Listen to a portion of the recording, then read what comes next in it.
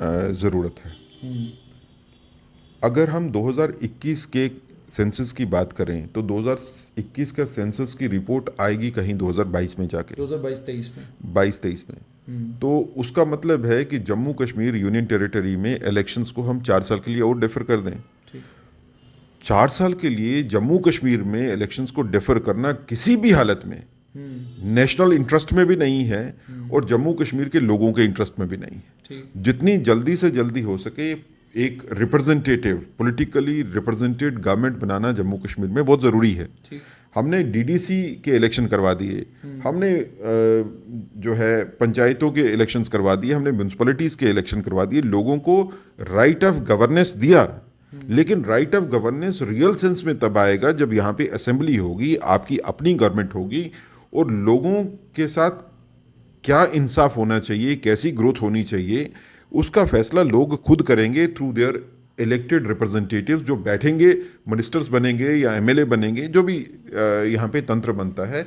मुझे नहीं लगता है कि किसी भी हालत में इस चीज़ को हम 4 साल के लिए डेफर कर सकते थे या 3 साल के लिए डेफर कर सकते थे। उसका एक गलत मैसेज जो है वो ज़रूर जाता, चाहे वो वर्ड कम्युनिटी हो उसमें जाता, लोगों के बीच में भी ये चीज़ जाती कि ये इसकी डिले जो है 4 साल तक जो है या 5 साल तक, अब तो आप कहेंगे तो 6 साल हो गया क्योंकि 2 साल का पीरियड तो ऑलरेडी हो चुका है। तो वो व्यवहारिक नहीं था, वो प्रैक्टिकल नहीं था। डिलिमिटेशन की प्रोसेस जो है ये ज़रूर होनी चाहिए, कंक्लूड होके जितनी जल्दी हो इलेक्शन हो। और जब 2021 का सेंसस होगा तो उसके बाद जो रिपोर्ट आएगी उसके बाद फ्रेश डिलिमिटेशन तो होनी ही है। ऐसा तो किसी ने नहीं कहा कि अब डिलिमिटेशन होगी तो उसके बाद जो है अगले सेंसस के बाद डिलिमिटेशन नहीं होगी। वो जो फ्रीज किया गया था डिलिमिटेशन की प्रोसेस को, जो कॉन्स्टिट्यूशन ऑफ जम्मू कश्मीर में अमेंडमेंट करके, वो तो खत्म हो गया। तो अब की डिलिमिटेशन ये 90 सीट्स के लिए है, इस इलेक्शन को करवाने के लिए। लेकिन जैसे ही सेंसस की रिपोर्ट 2021 वाली आ जाएगी, वो 22 में आएगी, 23 में आएगी या 24 में जब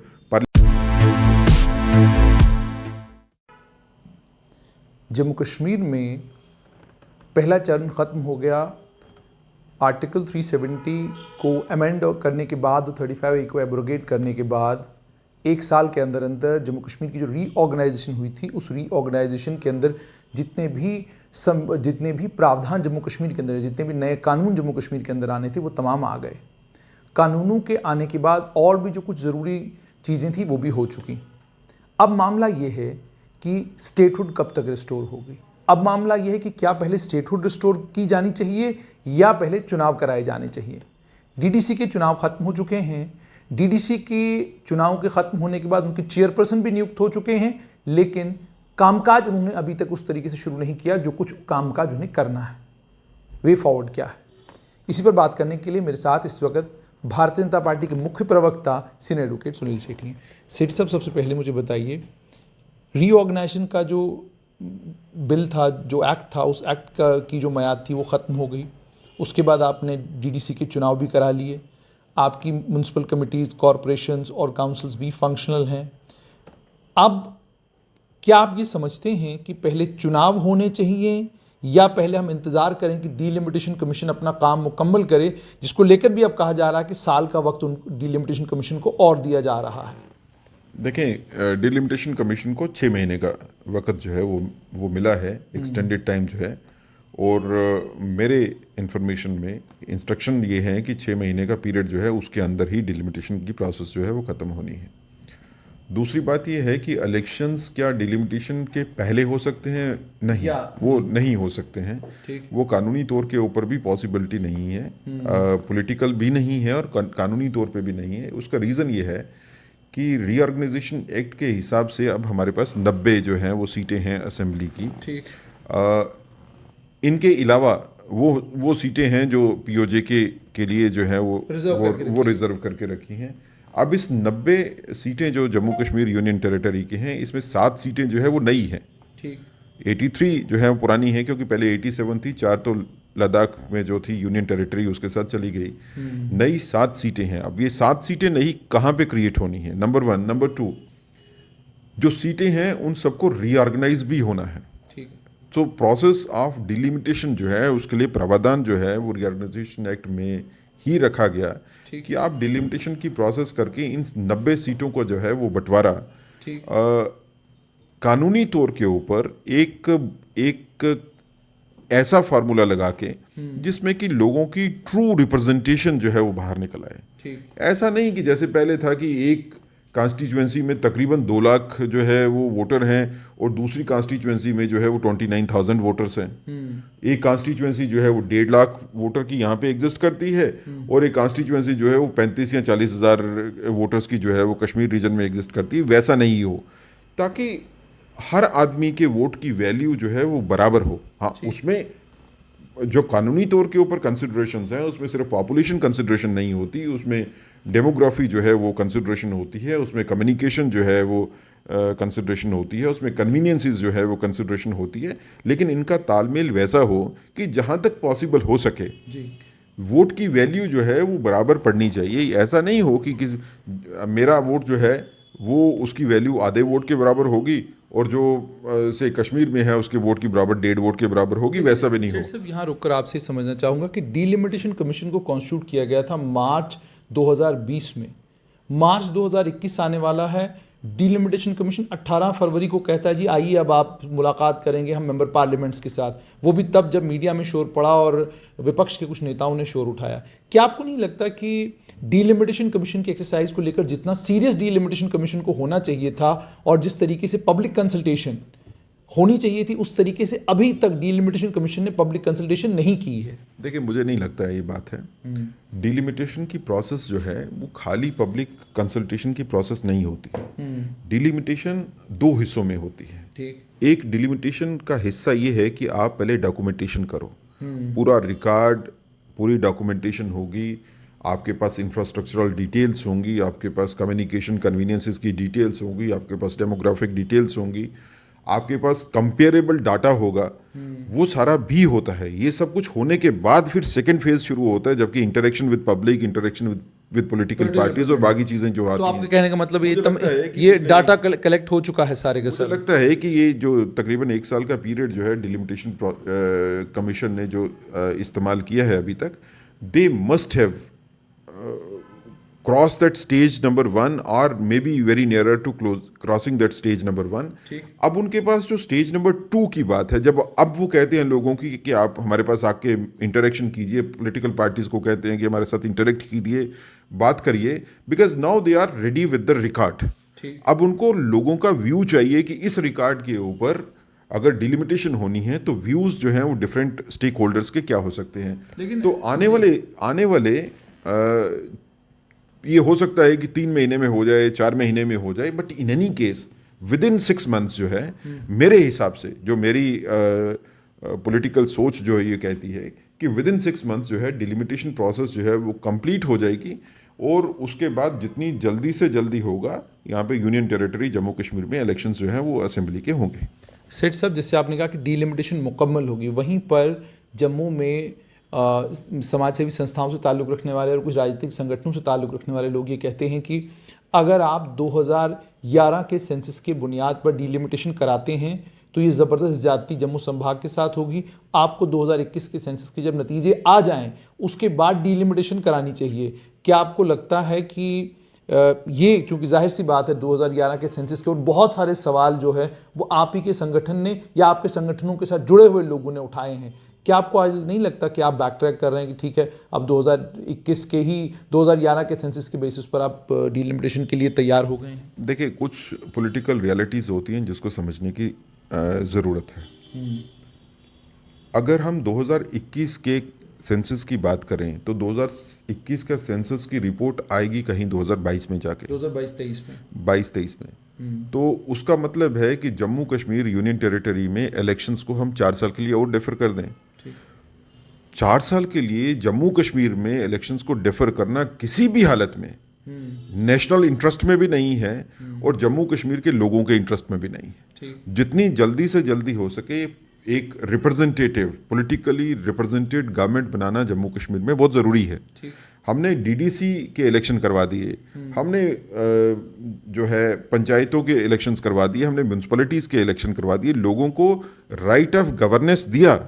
लेकिन right of governance real sense में तब आएगा जब यहाँ पे असेंबली होगी, आपकी अपनी गवर्नमेंट होगी और लोगों के साथ क्या इंसाफ होना चाहिए, कैसी ग्रोथ होनी चाहिए, उसका फैसला लोग खुद करेंगे थ्रू देयर इलेक्टेड रिप्रेजेंटेटिव्स, जो बैठेंगे, मिनिस्टर्स बनेंगे या एमएलए बनेंगे, जो भी यहाँ पे तंत्र बनता है।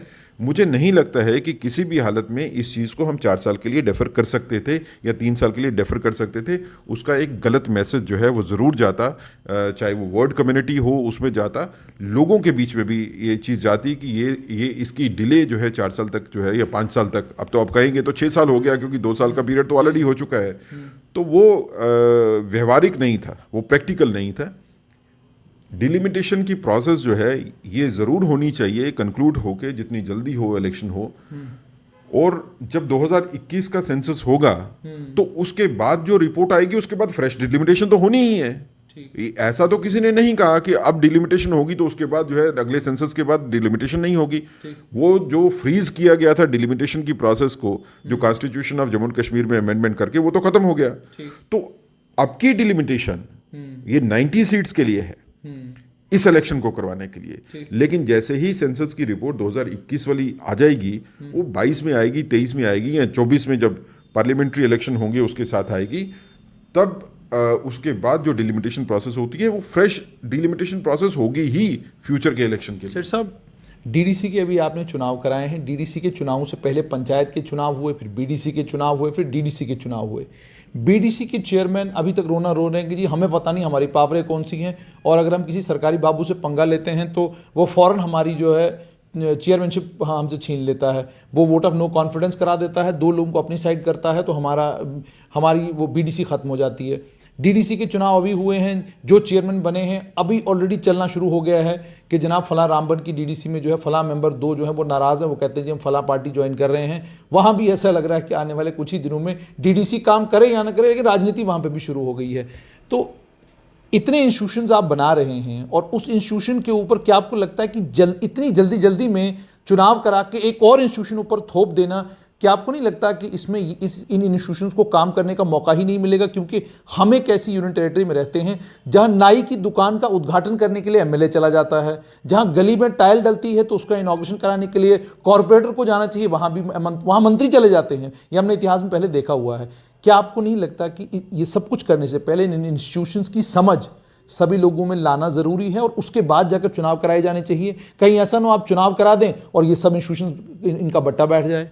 नहीं, मुझे नहीं लगता है। रियलिटी जो है वो इससे बिल्कुल उलट है।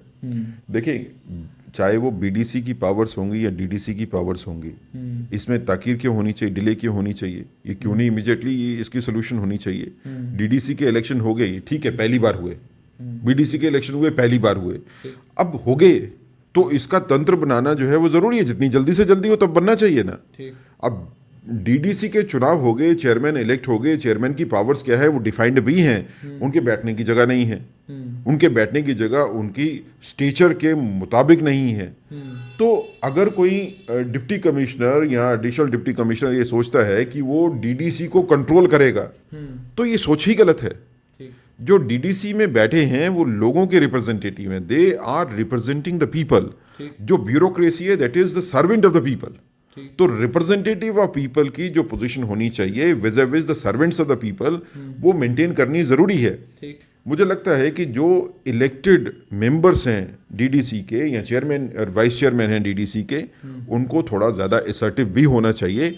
ये नया इंस्टीट्यूट क्रिएट हुआ है। जब नया इंस्टीट्यूशन बनता है तो जो फर्स्ट टीम्स होती हैं, ये उनका दायित्व होता है कि वो क्या लीगेसी क्रिएट कर रहे हैं। ये जो लोग आए हैं इन्होंने लीगेसी क्रिएट करनी है। और ये बात कि जो बीडीसी के चुनाव हुए या डीडीसी के भी चुनाव हुए, एलिगेशन तो हर जगह हो सकती है कि उसमें ब्यूरोक्रेटिक जो है वो इंटरफेरेंस इस हिसाब से है कि नो कॉन्फिडेंस मोशन हो जाता है या कुछ किसी को रिमूव किया जाता है। तो ये हालात जो है ये डेमोक्रेटिकली इलेक्टेड रिप्रेजेंटेटिव्स जो है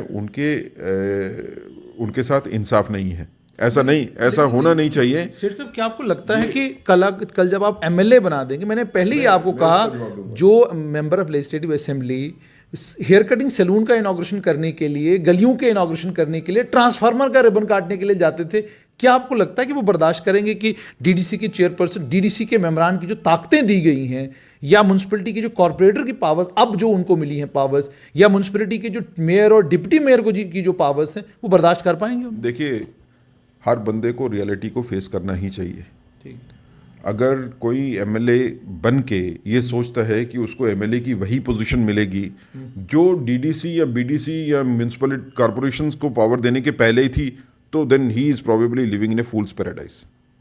अब आगे जो एमएलए बनेंगे उनको डीडीसी को नज़र में रख के ही काम करना है, उनको म्यूनसिपल कॉरपोरेशंस को नज़र में रख के ही काम करना है। ये सच है कि काफ़ी पावर्स जो पहले एमएलएज जो है वो एक्सरसाइज करते थे, आज वो पावर्स जो है वो डीडीसी के पास चली गई या म्यूनसिपल कॉरपोरेशंस के पास चली गई। तो आज इस नए दौर में जो एमएलए बनेगा उसके पास शायद उतनी पावर्स नहीं होंगी जितनी पहले हुआ करती थी। लेकिन क्या ये खाली जम्मू कश्मीर में हो रहा है? ये तो पूरे हिंदुस्तान में है। ये जम्मू कश्मीर का एमएलए अब उतनी ही पावर एक्सरसाइज कर पाएगा जितना बाकी हिंदुस्तान का एमएलए जो है, जो स्टेट्स का, यूनियन टेरिटरी का, वो करता है। पहले यहाँ के एमएलएज की पावर जो है वो बाकी स्टेट्स या बाकी यूनियन टेरिटरी के एमएलए से कहीं ज़्यादा थी। You have to now understand and you have to realize कि आपको भी पूरे हिंदुस्तान के साथ ही चलना है। तो अगले जब इलेक्शन होते हैं, जो नए एमएलए बनेंगे उनकी पावर्स जो हैं वो डिफाइंड पावर्स होंगी कि आपकी पावर्स ये हैं। अब अगर कोई एमएलए रूरल एरिया से बनता है और वो जो डीडीसी की इख्तियारात हैं जो पहले एमएलए के पास होते थे, हाँ, डेवलपमेंट बोर्ड, जो डिस्ट्रिक्ट डेवलपमेंट बोर्ड का मेंबर हो गया, बाकी जितने खर्चे करने हैं, डेवलपमेंट के काम करने हैं, प्रोजेक्ट्स लाने हैं, ये करना है, ये पहले एमएलएस करते थे, अब ये डीडीसी करेगी। तो he can not do anything. MLA क्या करेगा इसमें? तो उसकी he has to live with the reality. Seth साहब, बहुत बड़े पैमाने पर नेता प्रतिपक्ष जो अभी राज्यसभा से आए हैं, रिटायरमेंट हुई है उनकी, गुलाम नबी आज़ाद, वो जम्मू कश्मीर के दौरे पर हैं। उन्होंने राज्यसभा में भी अपने आखिरी भाषण में भी, उससे पहले भी, गृह मंत्री और प्रधानमंत्री दोनों के सामने गुहार लगाई कि आप जम्मू कश्मीर की जो राज्य का दर्जा जम्मू कश्मीर को जल्द से जल्द दें। आपने वादा किया है, आप उसको रिस्टोर करें। उन्होंने तो कहा था कि इसी सेशन में आप बिल लाएं, अगर इसमें नहीं लाते तो अगले सेशन में मैं नहीं हूँगा, आप बिल ज़रूर लाएंगे। पहले तो आपसे ये जानना चाहूँगा कि भारतीय जनता पार्टी का मत क्या है कि स्टेटहुड, क्या आप समझते हैं कि समय आ गया है कि जम्मू कश्मीर की डीलिमिटेशन खत्म होने के बाद चुनावों से पहले स्टेटहुड रिस्टोर की जाए, या आप ये समझते हैं कि नहीं, अभी कोई ज़रूरत नहीं है स्टेटहुड रिस्टोर करने की, अभी और बहुत सारे काम करने बाकी हैं, उसके बाद जाके स्टेटहुड रिस्टोर की जानी चाहिए? देखिए, मुझे लगता है कि 70 साल से ज़्यादा की स्ट्रगल के बाद हम उस मुकाम पे पहुंचे थे जहां पे हमने अगस्त 2019 को फैसला किया, पार्लियामेंट की पावर्स को जो उनके पास वेस्टेड थी उसमें जो फैसला हुआ। अब इतनी स्ट्रगल और लाखों लोगों की कुर्बानियां हैं इसमें, ये कोई छोटी बात नहीं है। लाखों लोगों की कुर्बानियां हैं, उसमें सिविलियंस भी हैं, उसमें आर्मी वाले भी होंगे, पुलिस वाले भी होंगे, पैरामिलिट्री वाले भी होंगे, कोलेटरल डैमेज में जो आम आदमी मारा गया वो भी होंगे, जो हमारे बच्चे जो गुमराह हुए, मिलिटेंट बने, वो भी इसमें शामिल होंगे। विस्थापन हुआ, कश्मीरी पंडित परिवारों का विस्थापन हुआ। ये सब कुर्बानियाँ होने के बाद 70 साल की लड़ाई जो है, उसके बाद हम इस जगह पे आए हैं कि हम अब पूर्ण शांति की तरफ देख रहे हैं। हम देख रहे हैं कि कंप्लीट पीस जो है वो जम्मू कश्मीर में होगी, जो 1947 के बाद स्थायी शांति कभी भी जम्मू कश्मीर में हुई नहीं। थोड़ा सा अरसा चलता था जिसमें शांति रहती थी, लेकिन उसके बाद फिर वायलेंस का दौर जो है वो चलता ही रहा। अब हम देख रहे हैं कि एक परमानेंट सोल्यूशन जो है वो जम्मू कश्मीर में आने वाली है और स्थायी शांति की स्थापना होने वाली है। यूनियन टेरिटरी बनाना जो है ये उसी एजेंडा का हिस्सा था। अगर जम्मू कश्मीर के स्टेट रहते हुए यहाँ पे पूर्ण शांति की स्थापना हो सकती थी तो फिर यूनियन टेरिटरी बनाने की ज़रूरत नहीं थी। अगर ये फैसला यूनियन टेरिटरी बनाने का ठीक फैसला था, जो मुझे लगता है कि वो ठीक था, पॉलिटिकली भी, टैक्टिकली भी एक अच्छा फैसला था, तो उस यूनियन टेरिटरी बनाने के फैसले के जो नताइज जो उस टाइम पे सोचे गए थे कि ये होने चाहिए, जब तक वो पूरी तरह से ग्राउंड पे एग्जिस्ट नहीं करेंगे, तो हेस्टली इसको वापस यूनियन टेरिटरी से स्टेट बनाना जो है वो काउंटर प्रोडक्टिव भी हो सकता है। कब तक हम माने कि ये यूनियन टेरिटरी ही देखिए, रहेगी? मुझे लगता है कि ये इसके बारे में फैसला करना जो है इसमें बड़े फैक्टर्स जो हैं बीच में आएंगे। इसमें एजेंसीज की इनपुट जो है वो क्या है वो भी आएगी, आर्मी की इनपुट क्या है, पुलिस की इनपुट क्या है, जनता की इनपुट क्या है, बाकी भी काफ़ी रेलिवेंट फोर्सेस होती हैं जो सारे मिलके ये इनपुट्स देते हैं कि क्या अब इसको यूनियन टेरिटरी से स्टेट बनाने के बाद जो जो हालात हमने बदल दिए, जो मिलिटेंसी के दौर से हम बाहर, वायलेंस के दौर से बाहर निकल आए,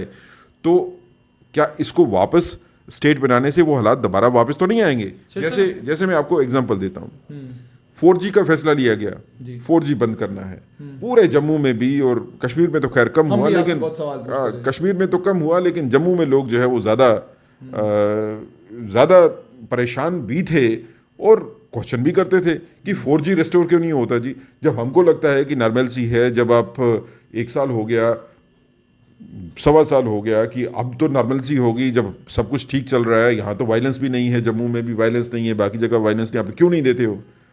लेकिन समझने की कोशिश करनी चाहिए, जब हालात ऐसे बने कि 4G को रेस्टोर करने के लिए कोई प्रॉब्लम नहीं थी, तो गवर्नमेंट ऑफ इंडिया की तरफ से ताकीर नहीं हुई। मैं ये सोचता हूँ कि जिस दिन 4G सर्विसेज रेस्टोर हुई, उससे एक दिन पहले तक वो रेस्टोर नहीं हो सकती थी। हाँ, उससे 10 दिन के बाद रेस्टोर हो सकती थी, लेकिन गवर्नमेंट ऑफ इंडिया ने ये फैसला किया कि नहीं, जब पहले दिन रेस्टोर हो सकती है तो पहले दिन ही होनी चाहिए। स्टेट बनाने के लिए भी ऐसे ही फैसला होगा। जब वो दिन आएगा कि यहाँ पे स्टेट बनाने से, वापस स्टेट बनाने आपका से अपना मत ठीक क्या, रहेंगे। आपका अपना मत क्या है? मुझे लगता है कि स्टेट बनाने में जल्दी नहीं करनी चाहिए, बड़ी जल्दी करने से काउंटर प्रोडक्टिव होगा। लेकिन सेठ साहब, हालात को सेटल डाउन होने दीजिए। लेकिन अगर हम देखें कि ट्रैक 2 पर नाम लिए बगैर बहुत सारे लोग जो है काम कर रहे हैं, और ये भी एक सत्य अब सामने आ चुका है कि पाकिस्तान और भारत और पाकिस्तान के NSA जो है वो आपस में बातचीत कर रहे हैं। उसी का कारण है कि सीज फायर एग्रीमेंट हुआ है। जी। सीज फायर एग्रीमेंट अगर हुआ है तो हम ये जम्मू कश्मीर का आम नागरिक ये सवाल पूछता है अब कि कहीं अंदर खाने ये भी तो नहीं है कि पाकिस्तान ने भी एक रियलिटी एक्सेप्ट कर ली है कि जो फैसला केंद्र सरकार ने जम्मू कश्मीर को लेकर किया है सही फैसला है, हमें भी अब विड्रॉ करना चाहिए जम्मू कश्मीर से। क्या ये जो NSAs की बातचीत हुई है, क्या ये इस चीज़ का अंदेशा नहीं, इस तरफ कोई इशारा तो नहीं करती? क्योंकि NSA अगर पाकिस्तान का हमारे NSA के साथ बातचीत कर रहा है तो इसका मतलब ये हो गया कि कश्मीर को लेकर जो फैसला केंद्र सरकार ने किया है उसे पाकिस्तान ने एक्सेप्ट किया। क्या हम इसको मान सकते हैं? देखिए, आपने बड़ी इंपॉर्टेंट क्वेश्चन आपने रेज किया है। मैं इसका आंसर डेफिनेटली देने की कोशिश करूँगा to best of my ability. खाली पाकिस्तान क्यों, चाइना की बात क्यों नहीं करेंगे? अगर यूनियन टेरिटरी जम्मू कश्मीर और यूनियन टेरिटरी लद्दाख नहीं बनी होती तो क्या लद्दाख में जो रिस्पांस जो है वो इंडिया का आया चाइना को, वो आता? आज तक तो नहीं आया। यूनियन टेरिटरी डायरेक्ट कंट्रोल में है सेंट्रल गवर्नमेंट के। हमारा रिस्पांस चाइना को इतना ज़बरदस्त है इस बार कि चाइना को हमारे साथ एग्रीमेंट करके उन सभी इलाकों को इवैक्यूएट करवाना पड़ रहा है। चाइनीज़ फोर्सेस जो है उन इलाकों से बाहर जा रही है जो उनके नाजायज़ कब्जा में थे। ये कभी हिस्ट्री में पहले हुआ नहीं। हमने तो आदत डाल रही थी कि जब भी चाइना की फोर्सेस अंदर आ जाती हैं तो एक नई जो है वो LAC जो है वो तैयार हो जाती है कि अब ये नई LAC होगी। ये पहली बार हुआ कि इंडियन फोर्सेस जो हैं वो उस टेरिटरी के अंदर एंटर की जो चाइना के कब्जा में थी। हमारी फोर्सेस जो हैं वो पहाड़ियों के ऊपर जाके बैठी और चाइना के लिए मुश्किल पैदा हो गई। उसको एहसास हो गया कि अब लड़ना हिंदुस्तान से पॉसिबिलिटी नहीं है। ये हालात, ये ठीक है कि हिंदुस्तान फौज की हिम्मत और बहादुरी से ये ज़रूर हुआ है, लेकिन उसके पीछे गवर्नमेंट की सख्त पॉलिसी भी है। और साथ में मुझे लगता है कि जो सबसे ज़रूरी चीज़ हुआ कि यूनियन टेरिटरी बनने से लद्दाख में डायरेक्ट कंट्रोल जब सेंट्रल गवर्नमेंट का गया तो हम दुश्मनों के साथ लड़ने के लिए बेहतर पोजीशन में आ गए। पाकिस्तान के साथ भी ऐसा ही हुआ है। यूनियन टेरिटरी बनने के बाद जिन बेहतर तरीके से हम मिलिटेंसी के साथ और पाकिस्तान दोनों के साथ लड़ रहे हैं, अब रियलाइजेशन जो है वो पाकिस्तान को भी होगी, अब रियलाइजेशन जो है वो चाइना को भी हो गई कि बदले हुए हालात में हिंदुस्तान के साथ लड़ना जो है वो पॉसिबिलिटी नहीं है। जैसे हिंदुस्तान को ये ब्लैकमेल करते रहे हैं और इन मिलिट्री टर्म ये जैसे ब्लीड करते रहे हैं कंट्री को, वो अब ब्लीडिंग जो है वो पॉसिबिलिटी नहीं होगी, क्योंकि ब्लीडिंग जो है वो काउंटर प्रोडक्टिव होगी। अगर हमारे को ब्लीड करने की कोशिश की तो उससे डबल ब्लीडिंग जो है वो दूसरी साइड पे होगी। ये ठीक है कि ये रियलाइजेशन पाकिस्तान को जो हुई है और चाइना को हुई है, उसमें बड़ा मेजर रोल ये भी है कि यूनियन टेरिटरी जो है वो जम्मू कश्मीर भी बनी है और लद्दाख भी बनी है। इन बदले हुए हालात में पाकिस्तान के साथ जो NSA की हमारी वार्तालाप हुई और उसके बाद पाकिस्तान ने डिसाइड किया कि 2003 का जो है सीज़ फायर जो पहले हुआ था उसी को ऑनर करने की, रिस्टोर किया जाए और ऑनर किया जाए। लेकिन पाकिस्तान को इतनी जल्दी फेस वैल्यू के ऊपर लेना कोई अक्लमंदी की बात मुझे लगता है वो नहीं होगी। We have to wait and watch for some time कि ये ग्राउंड के ऊपर जो है ये परकुलेट कैसे होती है, ये जो अंडरस्टैंडिंग है। और ग्राउंड के ऊपर अगर हालात बदलते हैं, अगर पाकिस्तान की टैक्टिकल मिलिट्री सपोर्ट जो है वो मिलिटेंसी से हटती है, तो यकीन मानिए कि कश्मीर में मिलिटेंसी जो है वो 2 या 3 दिन ज़्यादा, इससे ज़्यादा नहीं चल सकती अगर पाकिस्तान की सपोर्ट पीछे नहीं हो। ये बदले हुए हालात में यूनियन टेरिटरी को बड़ी जल्दी चेंज करना स्टेट में जो है उससे बड़ा ज़्यादा कोई फ़ायदा नहीं होगा। लेकिन शेर साहब, एक फॉर्मूला ये भी बहुत सारे बुद्धिजीवी कह रहे हैं कि आप स्टेट रिस्टोर करने के बाद भी संवैधानिक प्रावधान के तहत जो है होम डिपार्टमेंट जो है उसको जो है केंद्र सरकार अपने पास जो है लंबे समय के लिए रख सकती है, वो एक प्रावधान भी किया जा सकता है। दूसरा एक फॉर्मूला ये भी टेबल पर है कि आप जम्मू को स्टेटहुड दे दें और कश्मीर को यूनियन टेरिटरी बनाएं। आप जाती तौर पर इन दोनों फार्मूलों में से क्या समझते हैं कि जो दोनों फार्मूले हैं फीजिबल और प्रैक्टिकेबल कौन से हैं? मुझे लगता है कि दोनों ही फार्मूलाज फिजिबल नहीं है। देखिए, अगर आपने जम्मू कश्मीर को रिस्टोर करनी है स्टेटहुड, तो फिर वो स्टेटहुड कंप्लीट होनी चाहिए। वो आधी अधूरी स्टेट जो है वो नहीं चलेगी। अब बाकी जैसे स्टेटों के पास पावर है, वो सारी पावर जो है वो स्टेट को होनी ही चाहिए। जो पहला आप कहते हो विकल्प उसमें नहीं है। दूसरी वाली बात कि जम्मू को अलग से स्टेट बना दो और कश्मीर को अलग से यूनियन टेरिटरी रहने दो या कुछ और बना दो, वो काउंटर प्रोडक्टिव होगा भाई साहब। जम्मू और कश्मीर में अगर आप डेमोग्राफिकली देखेंगे, आप लिंग्विस्टिकली और रिलीजियसली देखेंगे, तो जम्मू और कश्मीर को डिवाइड कर पाना जो है वो बड़ा मुश्किल है। जम्मू कश्मीर लद्दाख जैसा नहीं है। जम्मू और कश्मीर में अगर आप डिवीजन, इसको बाउंड्री ड्रा करना चाहते हो, तो फिर आपको बड़ी प्रॉब्लम जो है वो आ जाएंगी ये किसी भी हालात में। और अगर ऐसे हालात करेंगे तो हम कश्मीर का फ्यूचर क्या बना रहे हैं, ये सोचने की चिंता की बात है। अच्छा, आखिर में सेठ साहब आपसे, पूर्व नेता प्रतिपक्ष गुलाम नबी आज़ाद की तारीफ प्रधानमंत्री भी करते हैं, गृह मंत्री भी करते हैं, उनके लिए प्रधानमंत्री की आंख में आंसू भी आता है। उसके बाद अब वो जम्मू कश्मीर में आकर कपिल सिब्बल और बाकी सभी लोगों के साथ जम्मू कश्मीर का दौरा कर रहे हैं। जबकि बहुत सारे लोग ये भी सवाल पूछने लगे, जी कपिल सिब्बल तो अपने पूरे जीवन काल में कभी, जब मंत्री थे तब कभी जम्मू कश्मीर नहीं आए, लेकिन अब आके जम्मू कश्मीर में वो आ रहे हैं, घूम रहे हैं। तो आपसे सेठ साहब ही जानना चाहूँगा कि गुलाम नबी आज़ाद का राजनीतिक तौर पर आपको क्या लगता है कि कोई नया रोल जम्मू कश्मीर में बन रहा है, और आप अंत में नेशनल कॉन्फ्रेंस और जम्मू कश्मीर अपनी पार्टी का आने वाले कल में क्या कुछ रोल जो है वो जम्मू कश्मीर में देख रहे हैं? ये भारतीय जनता पार्टी के प्रवक्ता के तौर पर नहीं, बल्कि एक राजनीतिक विशेषज्ञ के तौर पर आपसे पूछ रहा हूँ। देखिए, मैं ये सोचता हूँ कि प्रधानमंत्री जी ने जो आज़ाद साहब की तारीफ की on the eve of his retirement from Rajya Sabha, वो उनकी शख्सियत के बारे में प्रधानमंत्री जी की इवेल्युएशन है, उनके पर्सन के बारे में, उनकी पॉलिटिकल पॉलिसीज के बारे में नहीं। ठीक। प्रधानमंत्री जी ने आज़ाद साहब की एज कांग्रेस लीडर तारीफ नहीं की है, उन्होंने उनकी तारीफ एज पर्सन की है, व्यक्तिगत तौर के ऊपर की है। व्यक्तिगत तौर के ऊपर हमारे भी रिलेशंस जो हैं, बड़े कांग्रेस के नेता हैं या नेशनल कॉन्फ्रेंस के हैं, PDP के होंगे, पैंथर के होंगे, जिनके साथ हमारे बड़े अच्छे रिलेशंस हैं, दोस्ती है, भाईचारा है। लेकिन उसका मतलब ये नहीं है कि हम उनकी पॉलिसीज़ की तारीफ करते हैं, वो अलग चीज़ है। आज़ाद साहब जम्मू के दौरे के ऊपर आए, मैं बड़ा हैरान हुआ।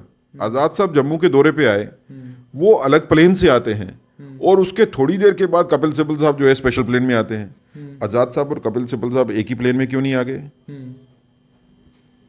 ये आम लोगों में ये चर्चा गई कि कांग्रेस में खुद ही हड़बड़ाहट हो गई कि आज़ाद साहब जम्मू जाके पता नहीं क्या करने वाले हैं, तो उन्होंने कपिल सिब्बल साहब को स्पेशली जो है वो भेज दिया स्पेशल प्लेन के ऊपर कि आज़ाद साहब के ऊपर जो है थोड़ा देखने के लिए कि आज़ाद साहब कोई ज़्यादा तो नहीं प्रॉब्लम यहाँ पे करते हैं। बिकॉज हमको पता है कि जम्मू कश्मीर में कांग्रेस जो है उसमें बड़ा क्लियर ग्रुपिज्म है।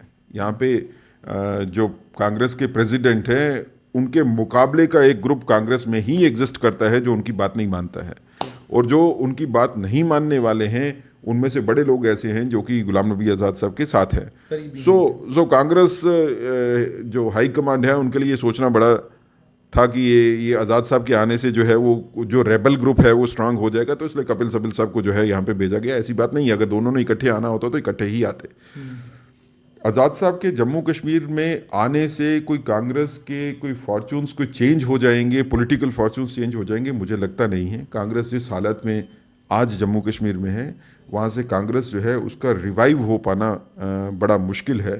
कांग्रेस अगर आप डीडीसी के इलेक्शन में देखेंगे, पार्टी तो वही है, अगर डीडीसी के इलेक्शन में देखेंगे तो कांग्रेस की जो हालत जम्मू प्रोविंस में हुई है, इतनी खराब हालत शायद कांग्रेस की पूरी हिस्ट्री में हुई नहीं।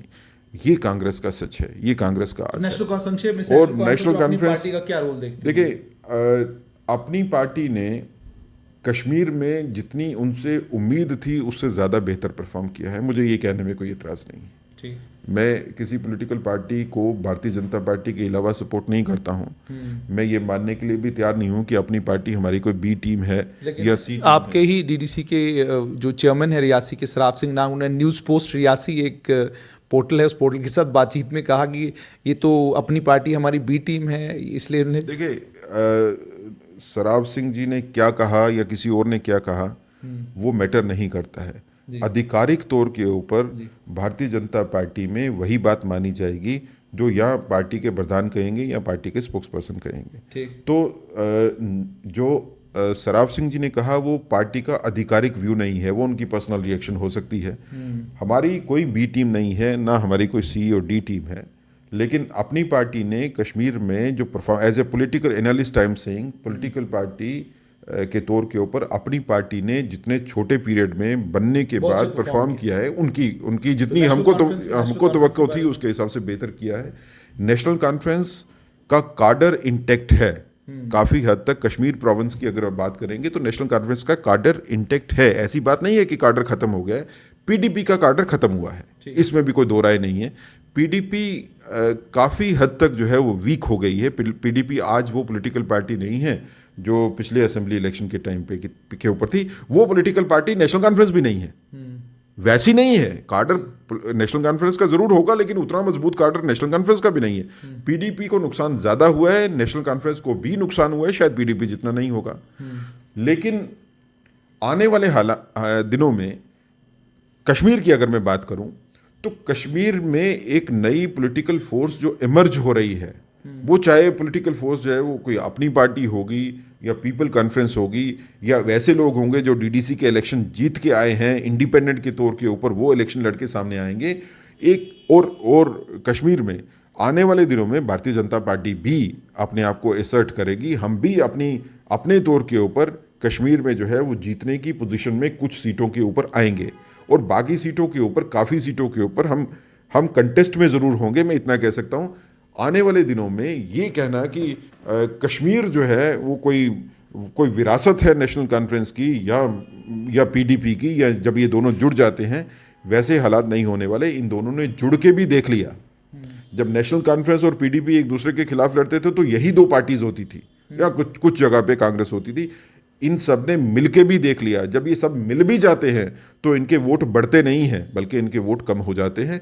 हमको नेशनल कॉन्फ्रेंस से या पीडीपी से या इस तरह की किसी पॉलिटिकल पार्टी से जो है वो कोई पॉलिटिकल खतरा नहीं है, और कांग्रेस से तो बिल्कुल भी नहीं है। कांग्रेस जो है it is a finished party in Jammu province, और कश्मीर में वैसे भी उनका जो है वो 1 या 2 सीटों से ज़्यादा जो है वो उनका कहीं इन्फ्लुएंस था भी नहीं। बहुत बहुत शुक्रिया। तो आपने सुन लिया कि भारतीय जनता पार्टी के मुख्य प्रवक्ता का ये कहना है कि स्टेटहुड जम्मू कश्मीर की रिस्टोर होना, इनका अपना ये मानना है कि जल्दबाजी हम ना करें। अगर हमने जल्दबाजी की तो कहीं हमें इस फैसले को लेने के बाद पछताना ना पड़ जाए। 4G की मिसाल देते हुए उन्होंने ये कहा कि 4G एक दिन पहले भी रिस्टोर हो सकता था, लेकिन उसी दिन हुआ जिस दिन रिस्टोर किया जाना चाहिए था। इशारा बहुत सारी चीज़ों की तरफ है, और डीलिमिटेशन से पहले तो स्टेटहुड होगी नहीं, और डीलिमिटेशन के फौरन बाद जम्मू कश्मीर में चुनाव होंगे, ऐसा कहना है भारतीय जनता पार्टी के प्रवक्ता सीनियर एडवोकेट सुनील सेठी का।